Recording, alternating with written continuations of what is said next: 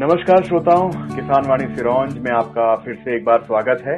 और हमारी जो श्रृंखला चल रही है जिसमें हम आपको मिलवा रहे हैं हमारे ऐसे किसान भाइयों से जिन्होंने कृषि को एक व्यवसाय का रूप देने की पूरी कोशिश की है। और इसी कड़ी में हम आपसे आज मिलवाने जा रहे हैं कुलबीर सिंह जी से, जो कि जिन्होंने कृषि के अलावा बाकी जो कृषि से संबंधित कार्य हैं उनमें भी उन्होंने अपना हाथ आजमाया है। उन्होंने मधुमक्खी पालन किया है, उन्होंने सब्जी उत्पादन किया है, और सबसे बड़ी बात यह है कि वो किसान रत्न से भी वो सम्मानित हैं। हरियाणा सरकार ने उन्हें किसान रत्न का पुरस्कार भी दिया है।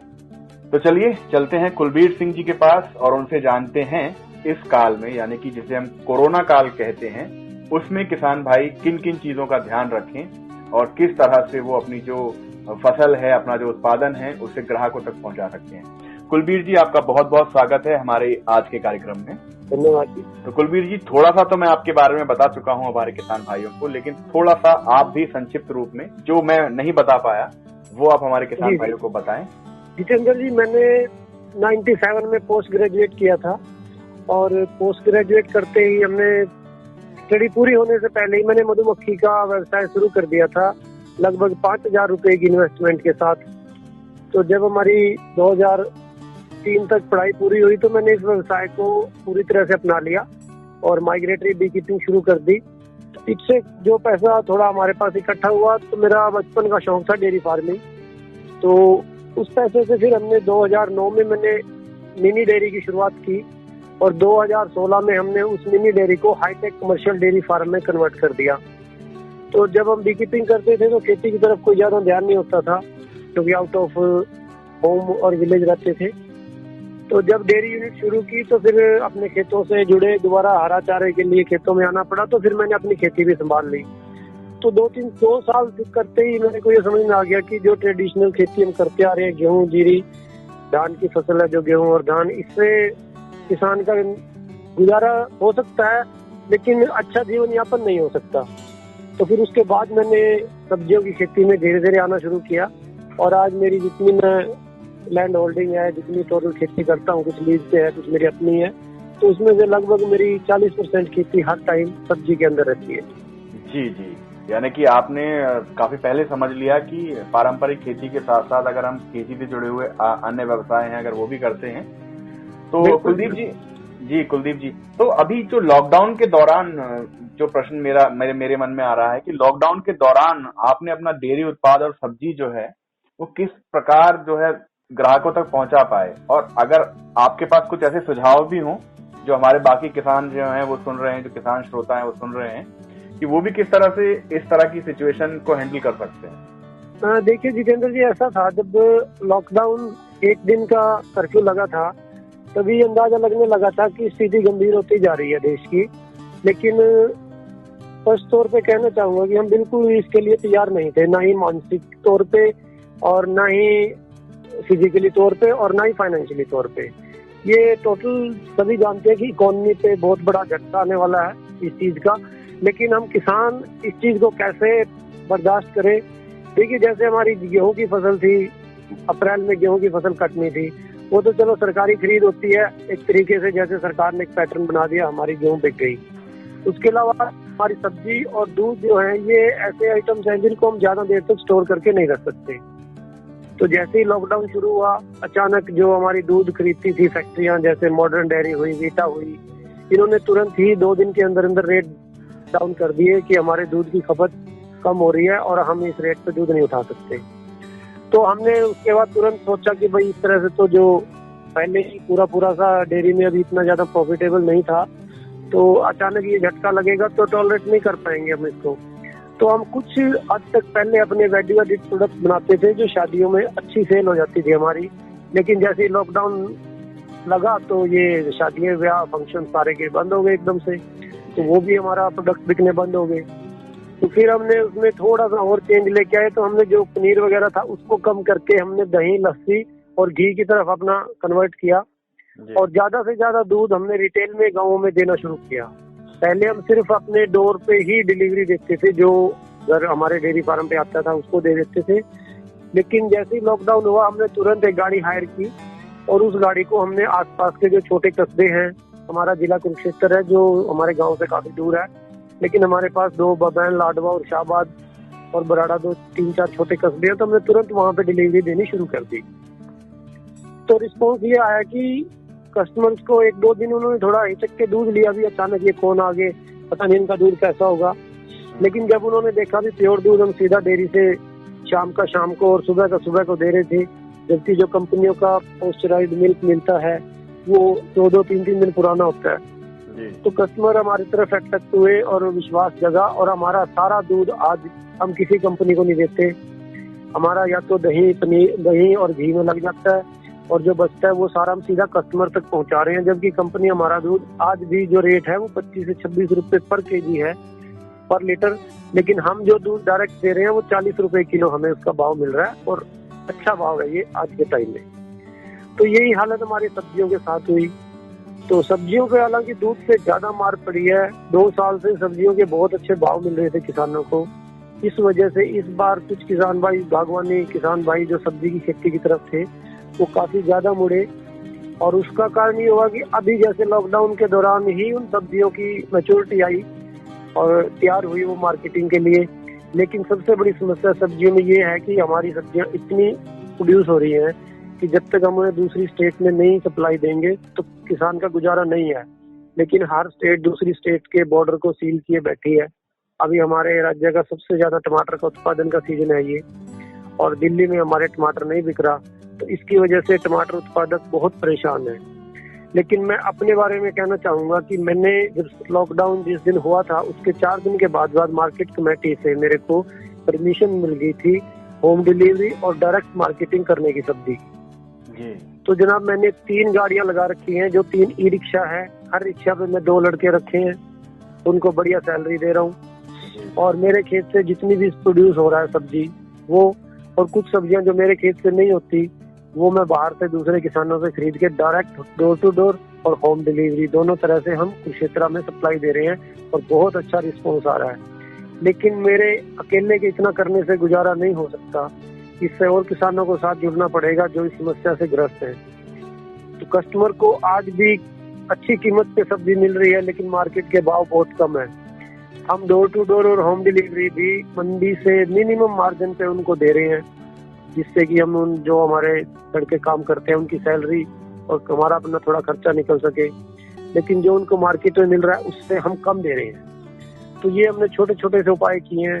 अचानक आया लॉकडाउन, इतना इंफ्रास्ट्रक्चर हमारे पास तैयार नहीं था कि हम ज्यादा पकड़ बना सके, लेकिन हमसे जितनी कोशिश हुई हमने की है, और इससे हमारे को खुद को और कई किसानों को फायदा हो रहा है। यानी कि परिस्थितियों के अनुसार आपने अपने आप को ढालने की कोशिश की, और मुझे लगता है कि ये जो सीख आपने ली है ये आपको आगे भी बहुत सारी रणनीतियां बनाने में काम आएगी।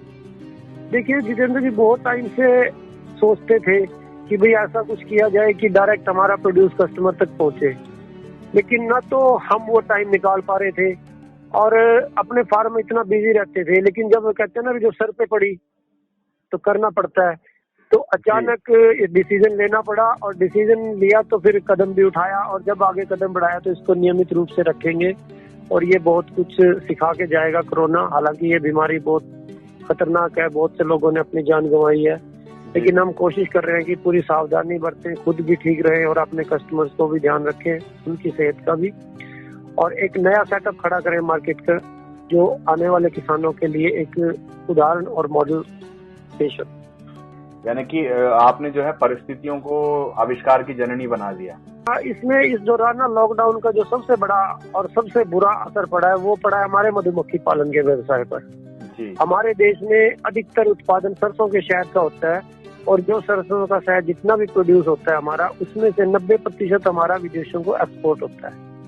और अभी आप एक्सपोर्ट तो बहुत दूर की बात है, लॉकडाउन की वजह से इंटर स्टेट और इंटर कंट्री भी हमें एक जगह से दूसरी जगह सामान ले जाने में दिक्कतें आई। तो अभी टोटल एक्सपोर्ट बंद पड़ा है, और जितना भी हमारा सरसों का शहद है पूरे साल का मधुमक्खी पालकों का उत्पादन वो सारा का सारा डंप हुआ पड़ा है। और आज कुछ किसान ऐसे हैं जिनके पास खर्चे के भी लाले पड़े हुए हैं, और लेकिन हमारा जैसे हरियाणा में स्टेट लेवल का एसपीओ है, वो अपनी तरफ से जो मदद हो पा रही है किसानों की कर रहा है, क्योंकि वो खुद मार्केटिंग करता है, डायरेक्ट मार्केटिंग। लेकिन हमारे इंडिया में एक और ट्रेंड है कि लोग जमे हुए शहद को नकली समझते हैं, और सरसों का जो शहद होता है वो 100% जमता है। तो लिक्विड शहद जो मिलता है हमें, वो मिलता है दूसरे राज्यों से, जैसे हम हिमाचल चले गए, पंजाब चले गए। और लॉकडाउन की वजह से हमारे अधिकतर मधुमक्खी पालक अपने मधुमक्खी के बक्सों को दूसरे राज्यों में नहीं ले जा पाए, जिसकी वजह से हमारा इस बार लिक्विड शहद का उत्पादन भी कम हुआ है। फिर भी हमारा जो एसपीओ है वो पूरी कोशिश में लगा हुआ है कि किसी तरह से जो मधुमक्खी पालक उसके सदस्य हैं, उनसे जुड़े हुए हैं, कम से कम उनका शहद खरीदा जाए और उसकी डायरेक्ट मार्केटिंग की जाए। बिल्कुल कुलबीर जी, और अपने रेडियो स्टेशन के माध्यम से भी हम लोगों को बताना चाहते हैं कि असली शहद जो होता है वो जमता ही है, क्योंकि ये जमना जो है उन मक्खियों के रस चूसने पर डिपेंड करता है कि मक्खियों ने किस फूल का रस चूस कर वो बनाया है, और असली शहद हमेशा जमता है। कुलबीर जी, ये इस पर हमने काफी प्रोग्राम भी बनाए हैं रेडियो पर कि असली नकली शहद के बारे में। देखिए, आम ग्राहक सबसे पहला तो असली नकली का मैं तो यही सलाह दूंगा कि जो शहद उत्पादक है उससे खरीदे, क्योंकि कुछ समय पहले तक ग्राहक अंदाजा लगा लेता था पानी में डाल के, जैसे कंच के गिलास में पानी डाल के उसमें डाल लिया, या उसको आग जला के देख लिया, भी आवाज आती है तो असली नकली का फर्क लग जाता था कॉटन पे लगा के। लेकिन अब तो नकली शहद इतना तरीके से बनाया जाता है कि हमारे कंट्री में जो शुगर सिरप, कॉर्न सिरप और राइस सिरप की फैक्ट्रियां लगी थी, उनका मकसद तो असल में कुछ और था उस सिरप का, लेकिन हमने उसको नकली के चक्कर में हमारे कुछ मुनाफाखोर लोगों ने उसको शहद में मिला के और प्योर उसी का शहद बना के मार्केट में देना शुरू कर दिया। और वो इतने अच्छे तरीके से नकली शहद तैयार करते हैं कि कई बार असली शहद भी उसके आगे हमें स्वाद में अच्छा नहीं लगता।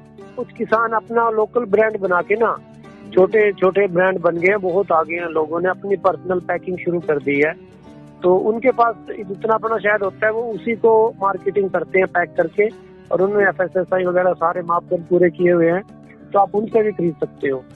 क्योंकि जी कुलबीर जी, एक चीज और जानना चाहेंगे, क्योंकि समय का काफी अभाव है प्रोग्राम का जी। तो एक चलते चलते आपसे एक दो चीजें और जानना चाहेंगे कि एक तो आपने जैसे आपने ब्रांडिंग की बात की, तो क्या आपने भी इस तरह का कोई ब्रांड शुरू किया है या शुरू करने वाले हैं? शहद में सर हमारा Atulya B master farmer producer organisation है, हम उसी ब्रांड के नीचे काम कर रहे हैं। मेरा जितना भी रिटेल में मेरी मार्केटिंग होती है, मैं उसी ब्रांड से जो शहद होता है अपना शहद हम उन्हें दे देते हैं, वो प्रोसेसिंग और बॉटलिंग करके हमें उसको वापस करते हैं जी। आप सब्जी उत्पादन के बारे में भी बता रहे थे, सब्जी उत्पादन में भी आप? हाँ जी, सब्जी में भी सर, जब से हमने डायरेक्ट मार्केटिंग में डोर टू डोर और होम डिलीवरी शुरू की है, तो जैसे जैसे आदमी के आगे समस्याएं आती हैं फिर उनके समाधान भी निकलते हैं।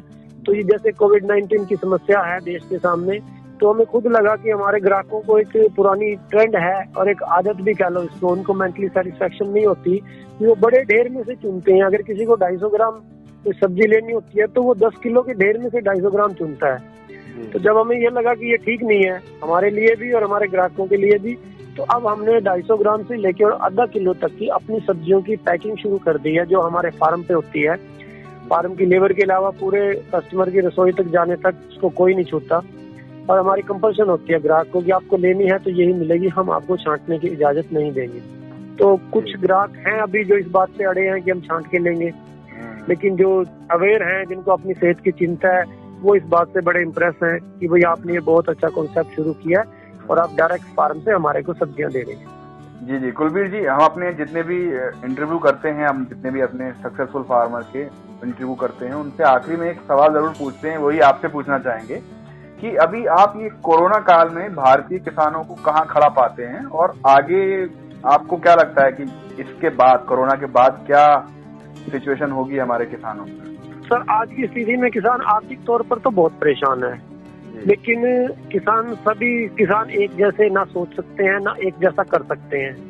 अभी हमारे किसानों को, अभी मैंने आज भी कहीं चर्चा की थी कि सबके पास हर तरह की काबिलियत नहीं होती। आगे कुछ किसानों को, जो युवा किसान हैं, उनको आगे आना पड़ेगा और उनको इसकी डायरेक्ट मार्केटिंग, चाहे वो किसी भी प्रोडक्ट की हो, छोटी छोटी प्रोसेसिंग यूनिट्स लगानी पड़ेंगी, जिसमें आपका जो खेती का प्रोड्यूस है, जो भी हो, किसी भी तरह का हो, वो चाहे आपकी सब्जी हो, चाहे आपके फल हो, चाहे आपके अनाज हो, उनको छोटी छोटी यूनिट लगा के और उनको प्रोसेसिंग जब तक हम नहीं करेंगे तब तक किसान को डायरेक्ट बेनिफिट नहीं दे सकते। जी सारे काम सरकार के भरोसे नहीं हो सकते। तो किसानों को खुद आगे आना पड़ेगा। युवा पीढ़ी है जो खेती से जुड़ी हुई है, उसको कुछ ऐसे मॉडल पेश करने पड़ेंगे कि जो हमारे दूसरे यंग किसान है, खेती से दूर हट रहे हैं, उनको लगे कि हाँ वाकई में खेती भी एक फायदे का व्यवसाय है और हम इसके साथ जुड़ सकते हैं। तो हमें एक ऐसे छोटे छोटे मॉडल, देखो बड़ा मॉडल एकदम से नहीं डेवलप हो सकता, छोटे छोटे कई मॉडल लेके आने पड़ेंगे हर जिले में, हर ब्लॉक में, जो लगे कि हाँ भाई वाकई में खेती में कुछ है। तभी हमारे साथ नए किसान जुड़ेंगे और किसानों का हम फायदा कर पाएंगे। बाकी मेरा सिर्फ किसानों को एक सुझाव होगा कि अगर वो सब्जी लगाएं तो एक सब्जी ना लगाएं। अगर 4 एकड़ में सब्जी लगानी है तो 4 एकड़ में 4 तरह की सब्जी लगाएं, एक ही सब्जी ना लगा के। जैसे कोई बल्क में टमाटर लगाता है तो वो टमाटर ही लगा ले, फूल गोभी लगाता है तो फूल गोभी ही लगाए, ऐसा ना करें। आप अपनी डिफरेंट सब्जियां लगाएं और थोड़ी थोड़ी लगाएं ताकि आपको मार्केटिंग में आसानी। बिल्कुल कुलबीर जी, आपने समय निकाला अपने व्यस्त कार्यकाल में से और इतनी अच्छी जानकारी और इतनी तरीके से जानकारी हमारे किसान भाइयों तक पहुंचाई, हमारे श्रोताओं तक पहुंचाई। इसके लिए आपका बहुत बहुत धन्यवाद। धन्यवाद जी।